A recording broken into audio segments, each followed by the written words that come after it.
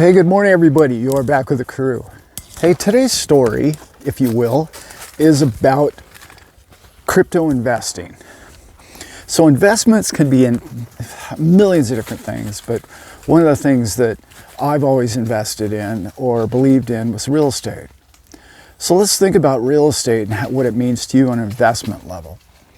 If you're invested in real estate, okay, and you have a downturn in the market like we currently are having right now, one of the things you have to do is you still have to maintain the building, you still have to maintain the property, the grounds, and if you don't, the mice get it, and all the rest of it.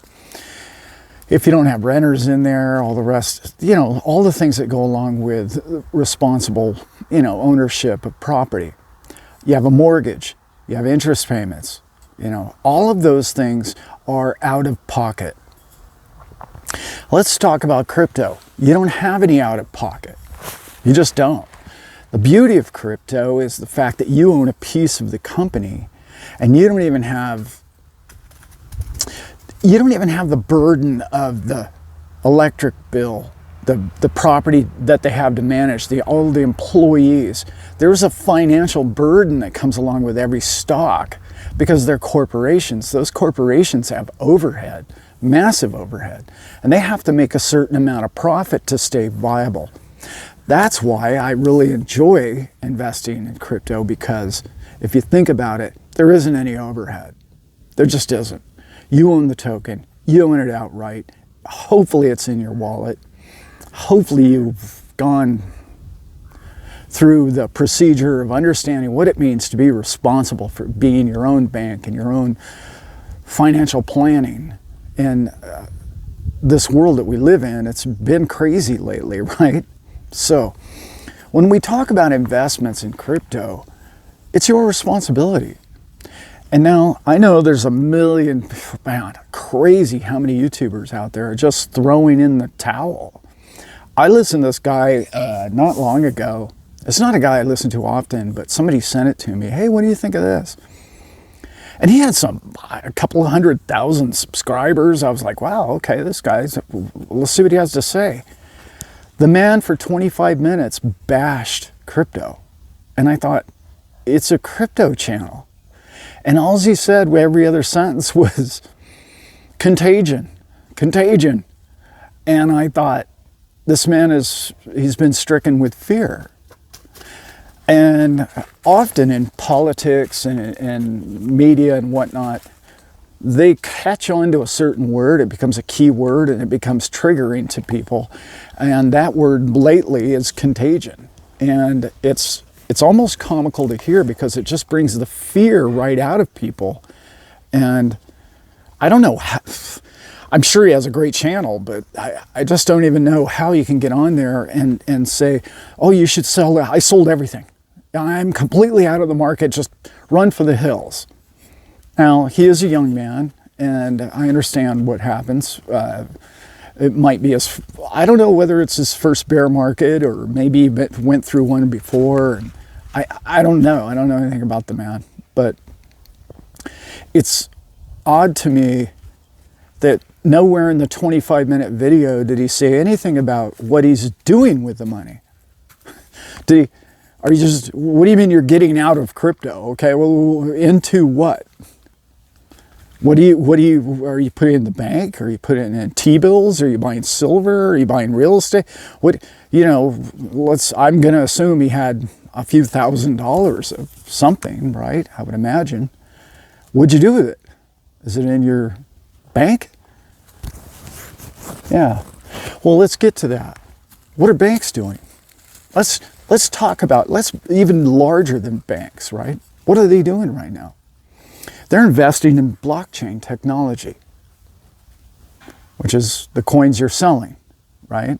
So there's a company out there, and I've talked about this before, Backed, it's called, BKKT.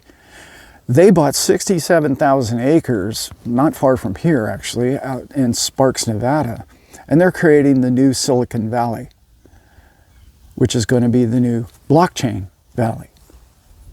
Companies like ICE, Intercontinental Exchange, one of the largest brokers in the world, they're investing in crypto. JP Morgan just opened a trading window. They're opening their own private wallets for people. People are going to open Fidelity, all of them, Goldman Sachs, all the massive banks, MasterCard, Visa, all of these companies are getting into cryptos. And you're advising your people, not advising, he's telling everybody he's running for the hills. Well, if you believe the future is crypto and blockchain, why would you sell your coins when you're down 50%?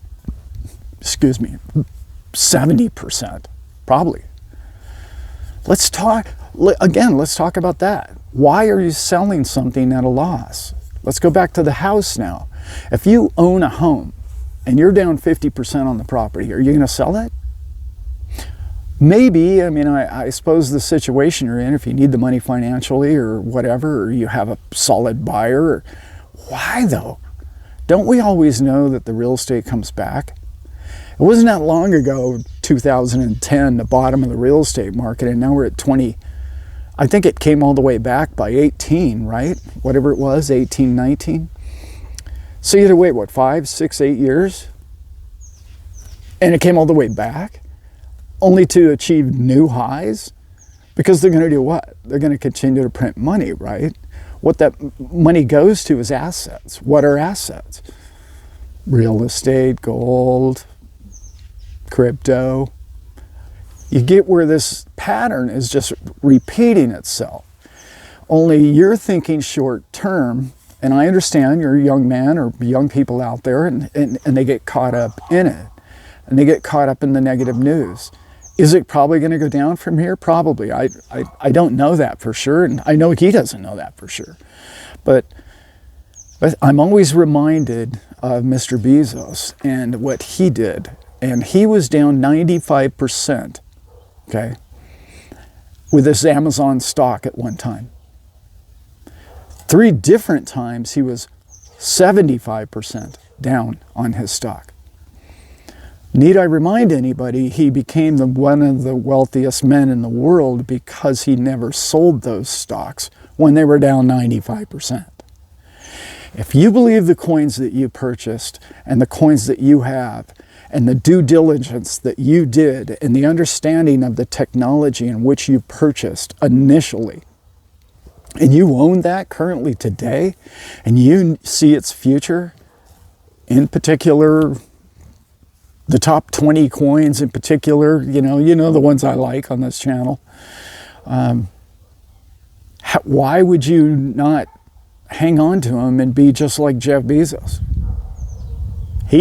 He knew where his company was going. I know he was only selling books back then, but he saw his future, okay? Let's talk about one of those coins that we all love, right? XRP. Okay, they might only have the banking system of all the banks in all the... Brad just came out last week and said, wait a minute, we're in every country except for the US, and we're waiting for the SEC to pull their head out and figure out what they're going to do about XRP. But stop and think about that.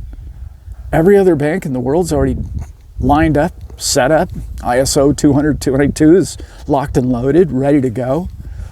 As we know on this channel, I know a man who's told me point blank that the entire liquidity of the bond market's headed that direction. That's huge.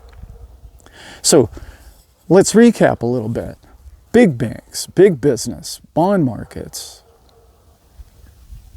financial institutions all over the world have already decided they like a particular coin or 5 or 10, and they are locked and they're ready to see the future go forward, as we know technology always does. But right now there are a lot of, and I don't mean to insult anybody, but a lot of little people, okay, if you will, short-term thinking has got people afraid. The word contagion translates to fear. Contagion and fear completely interchangeable, okay? Let's remember, that's part of the game that we play in life. And, you know, Mr. Buffett always talks about when there's blood in the streets, right? Not that he's one of my favorite guys. Don't get me started about that guy. Not a huge fan of Mr. Buffett. He's been, but anyway, that's for a different show. Oh, my dogs are about to knock the whole camera over here. So, in conclusion, if you will, let's not conclude. Let's keep going here. There are a couple of good reasons to sell your coins I could think of. Okay, and the one I came up with was, we're at the end of the year. If you would just like to wipe the slate clean, you're not sleeping well at night, you're just tired of it. I just don't want the stress. Alan, I can't handle it anymore. I want to get out for a while. Maybe there's a bottom to it. Okay. Again, then you need a strategy, which was really upsetting about the video that I watched, was the guy had no strategy about getting back in, no advice or what to do or what his plan was and where his money was and what number he was going to get back in or even dollar cost average back into. So if you're one of those people that you're not sleeping well at night, get out. I mean, if it's really got you wound up, it's not worth your happiness and your peace and the family around you. And maybe sell the one-off coins that, maybe don't really mean a lot to you, but there's a chosen, few that you should really not probably sell at any price. But that, again, not financial advice. That's kind of life wisdom that I'm sharing with people on this channel, which is why I started this channel. I am not a financial advisor. I'm just somebody who gives, lessons that I've learned over the years. Another, reason why you may want to sell all of your coins, it is end of the year and tax season's coming up. You got a big write-off. Hey, you can write these things off. That's kind of a bonus. If you're looking for a tax write-off, that kind of makes sense. Those are about the only two things that I can think of at this point. I mean, unless you have a strategy and a crystal ball and you absolutely know that they're going to drop another 50%, which is completely possible. I don't think it's likely, but I do think it is possible. Then you may want to get out and get back in at a said price. But again, you need a strategy for that. You need a game plan. You need to do some due diligence like you did when you bought the coin, I hope, okay? And if you're in cold storage, leave it in cold storage. It doesn't cost you anything. Remember, we don't have a margin call. You don't have a margin call on the coins you own. It's in your wallets. It's stored away. It's safekeeping. It's like gold coins buried in your yard. Nobody has access to it but you. So I personally love the idea of having that because I sleep better at night knowing I have my coins locked away, because there's going to come a time when the market does flip because of all the corporations and companies and banking institutions that I talked about are going to say, yeah, okay, we're ready for adoption, and adoption's going to come massive and quick and fast. I also want to bring up, there was somebody that brought a great question. I read all your questions. I try and post. I don't know if you guys have noticed in the comments, I do try to comment as much as possible down in there. And it's some brilliant questions. And I know I triggered a lot of people with the Bankers 7. Those aren't my 7. Those are just what I've heard from the inside, that those are the coins that they're building institutions around. But so one of the comments was, well, Alan, what are you going to do? How do you know when to get back in, or how do you know what profit to take? That's what this channel's about. I'm going to help you with that. I'm going to help you. I'm not going to give financial advice. I'm going to tell you what I like to do, because I used to be a trader and I like the strategy of what I've learned from bankers. I've worked for so many different bankers on a personal level. Not just our buddy Bob, okay? He's just an acquaintance, right? I've actually worked for bankers, like one of the wealthiest bankers in Houston, a Swiss banker, and another man who created a company that we all know. And that's another thing I want to say. That's what the question was earlier, that somebody said, well, you don't drop people's names and you don't tell us exactly who they are. And One of the things you'll learn about anybody who knows anybody in a high position, in particular like actors or CEOs of presidents, companies and whatnot, the people that really know those people on a personal level, they're not going to tell you who they are. That's how you know the person knows what they're talking about. I'm not going to tell you. I could drop some actors' names and whatnot that I worked with in the past and whatnot. But if I'm not going to tell you the bankers in which I know on a personal level, and it's really not in their best interest or yours or mine that you even know their names. Why? What are you going to do? Get online and, blow their secretary up and ask her what the hell's going on? And how come you know Alan? What good is that to you? It's not. And there's too many people out there that, I know this guy or I know that guy. Well, the ones I listen to, the ones that really know them well, don't use their names. Anyway, just a little tip. Somebody asked me about that in the comments. All right, guys, I think this is going to wrap it up. If you are